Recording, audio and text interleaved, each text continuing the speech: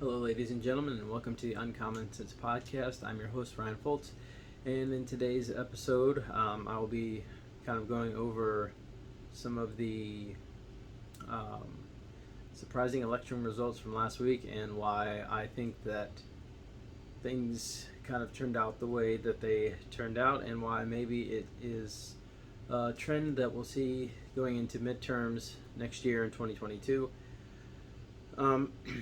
So a couple of interesting things happened in the elections last week. Obviously, the Republicans took back control of the House in the House of Delegates in Virginia, and also won the governor, lieutenant governor, and attorney general in the state as well. Also in New Jersey, you saw that the Republican candidate was a write-in on the ballot and nearly took down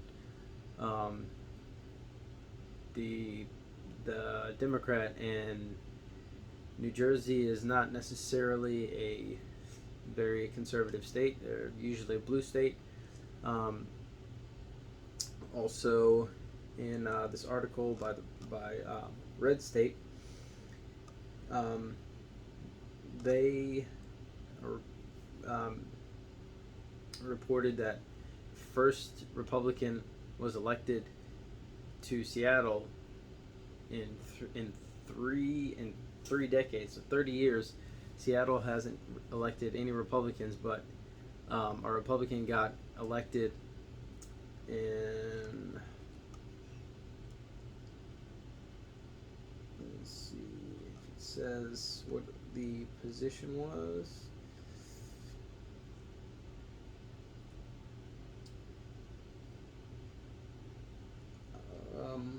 City attorney. I don't know really what that means, but that is some surprising election results. The mayor, well, the newly elected mayor, he campaigned on a more police message. The city council, the lady who won the city council, ran on a pro business campaign, and she ended up winning. Also in Texas, a Democratic seat got flipped to a Republican, and I believe in Pennsylvania, they had an elected official who was a write-in and basically spent less than $200 on his campaign and somehow beat the Democrat. And I think that, in my opinion, what has happened to the Democrats over the last 20 years or so is that they have essentially decided to build a coalition of a lot of different types of groups, and they have, been kind of championing that therefore the little guy, and they're gonna, when they get in power, the little guy will be taken care of, all the people who are oppressed and whatnot. And that sounds all well and good, and when you're not in power, that message will resonate with a lot more people. But the issue comes when you do get power, that there's not a lot of time to kind of make things happen when you have the opportunity to make things happen, as you can see right now in federal government. The Democrats hold a majority in the House and Senate, albeit very slim majorities in both, and also the presidency. And what you're kind of seeing is you've promised all these different groups to that you're going to give them something before you won. It's always the other side's fault. And when you do win, now you kind of have an obligation to give two different types of people two different types of things. And as it turns out, um, that doesn't really work all that well. And you can see that with the infrastructure bill and Build Back Better that the Democrats are trying to pass. Um, um, and what you had is the more progressive wing of the party, um, who knew that the moderates wouldn't really go for Build Back Better, we're trying to say, um, if you don't vote for, we want both both pieces of legislation to be kind of combined and have the vote as one vote instead of having two separate votes for the infrastructure bill and then another for um, Build Back Better.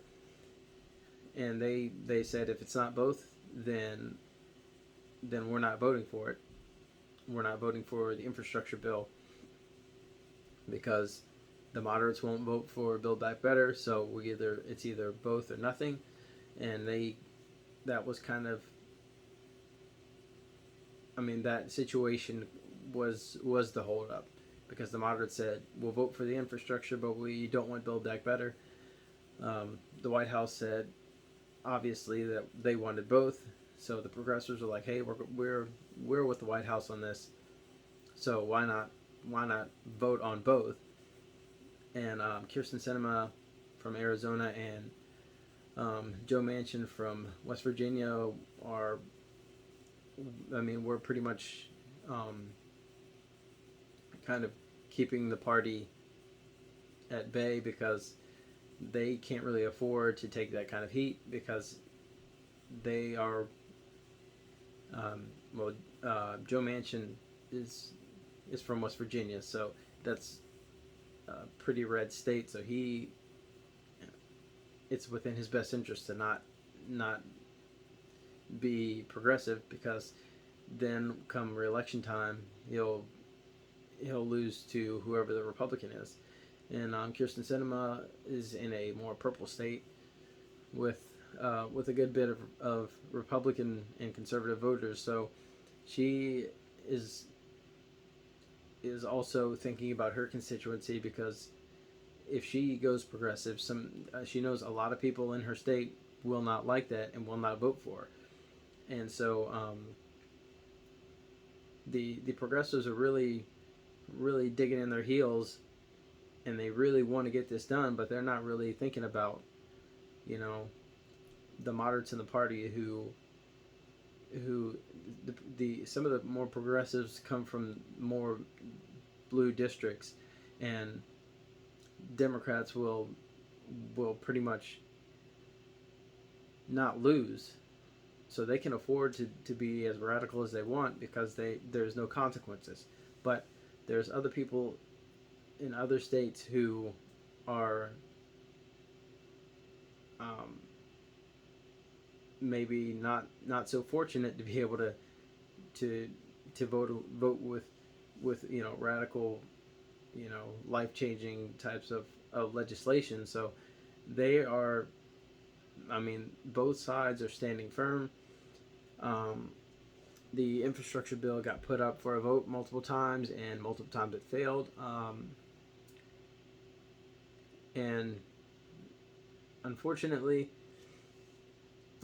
this last time that it got put up, the 6 more progressive Democrats of the party voted no, and 13 Republicans voted yes for the infrastructure bill, which doesn't really make any sense to me because there is no way the Democrats could pass the infrastructure bill without any Republican support. So why 13 Republicans decided to give Joe Biden this win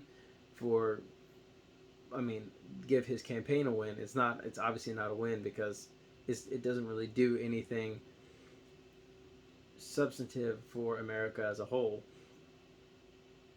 I mean, yes, there is a small portion of money that is going to, build roads and actually help with infrastructure in different states, which means, I mean, basically the states who are run well and who are doing great financially, that they're the money that they give to the federal government is basically going to the states who are poorly run and spend all their money on nonsense. So, I mean, it's not really, it's a win for the administration because they, this was one of the things that they wanted to get passed, and obviously it passed.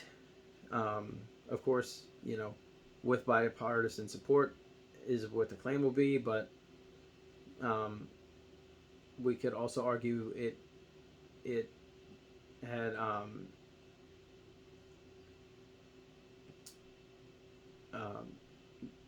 bipartisan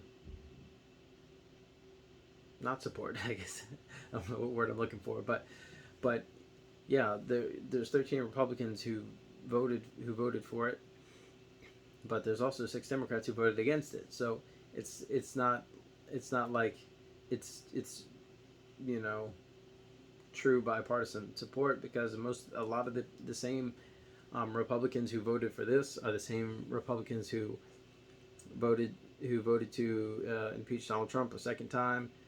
And those people need to get primaried. I don't really care who they are because we have no business passing this infrastructure bill, especially when it's one that is going to blow out the spending even more than it already is.